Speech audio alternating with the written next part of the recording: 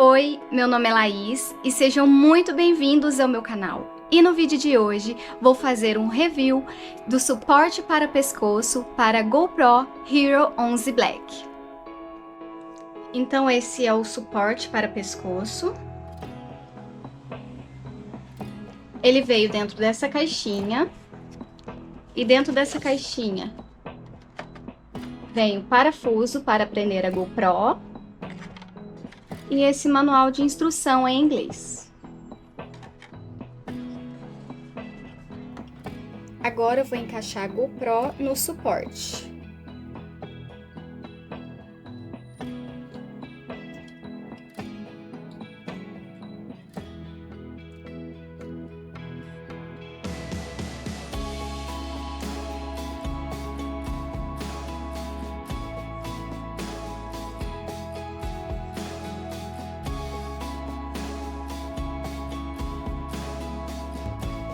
Então, gente, agora eu vou ensinar como travar e destravar o colar.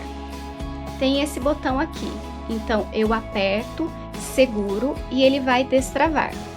E agora, para travá-lo, eu aperto o botão novamente, seguro e encaixo aqui. Prontinho! Agora eu vou colocar no pescoço para mostrar para vocês como fica. Então, eu desencaixo aqui.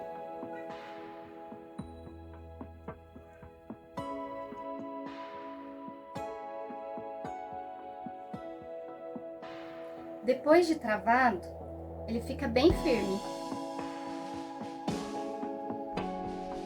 Então, gente, agora eu tô fazendo um teste. A câmera está no suporte. E isso facilita pra mim, porque as mãos ficam livres e eu consigo fazer alguma gravação, se precisar manusear alguma coisa. Então é isso, pessoal, espero que tenham gostado desse review e antes de encerrar esse vídeo quero te convidar a se inscrever no meu canal, deixar um like, pois me ajuda muito. E até o próximo vídeo.